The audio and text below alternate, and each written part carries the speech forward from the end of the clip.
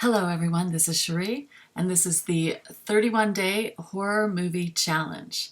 Today's challenge is number 30, your favorite horror movie. I picked The Changeling from 1980.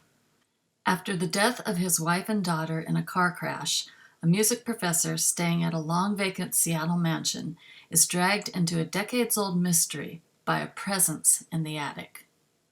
The Changeling is based on a story by Russell Hunter. The script was written by William Gray and Diana Maddox.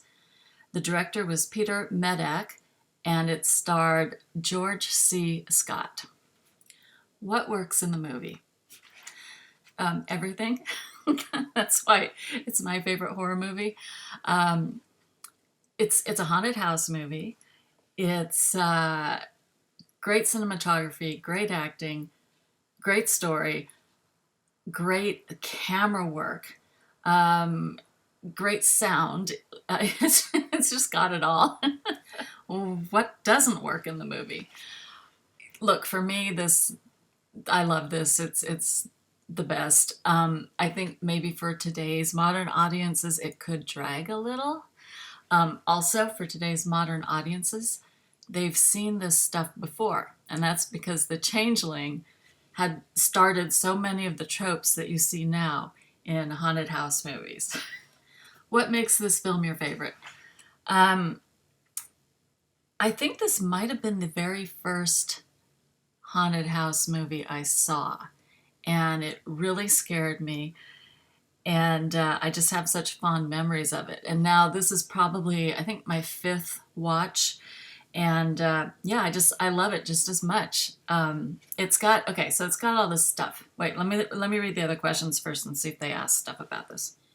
Is the horror still effective after rewatching?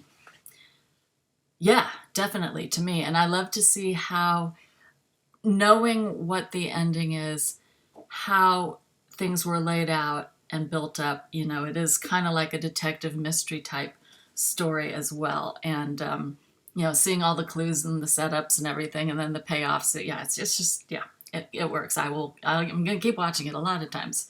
I purchased it. How do the characters reinforce your love for this film? George C. Scott, great actor,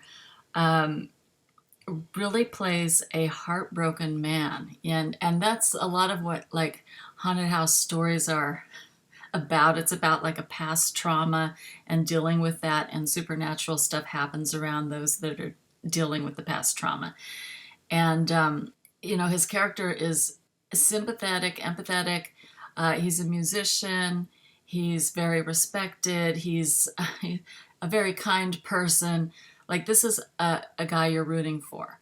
And yeah, and the other characters as well. There's the woman who finds the house for him, and she becomes like his support system. And then there's like the creepy woman that works with that woman who's like, no one should have been in that house. It's really good. I love it. The characters are great. All right. Yeah. So going back to what makes this my favorite film, and what the haunted house genre kind of is. Okay, so this is an old historic mansion that he's in. It's from the early 1900s. It was probably built in the late 1800s. So it's stone, and it's, dark wood, and it's very spacious, many floors. And then you've got the things like the music. The sound design was great. It's really creepy. And there were 3 people that worked on the sound design. 3 people.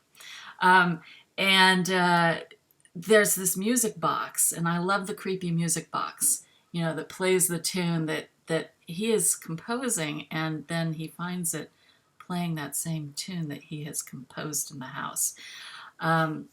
It's got this wheelchair, and in many horror films nowadays, if they're running through like an asylum or anywhere, there's just like usually this one random wheelchair. I think it's an homage to The Changeling.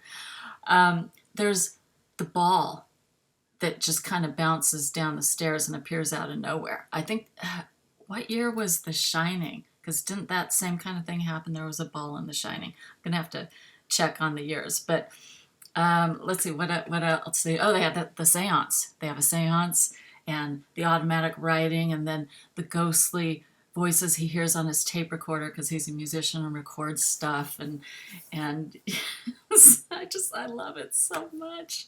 I love it so much. All right, you guys, if you haven't seen The Changeling, please watch The Changeling. It's just wonderful. That's it for this video. I'll see you in the next one. Bye.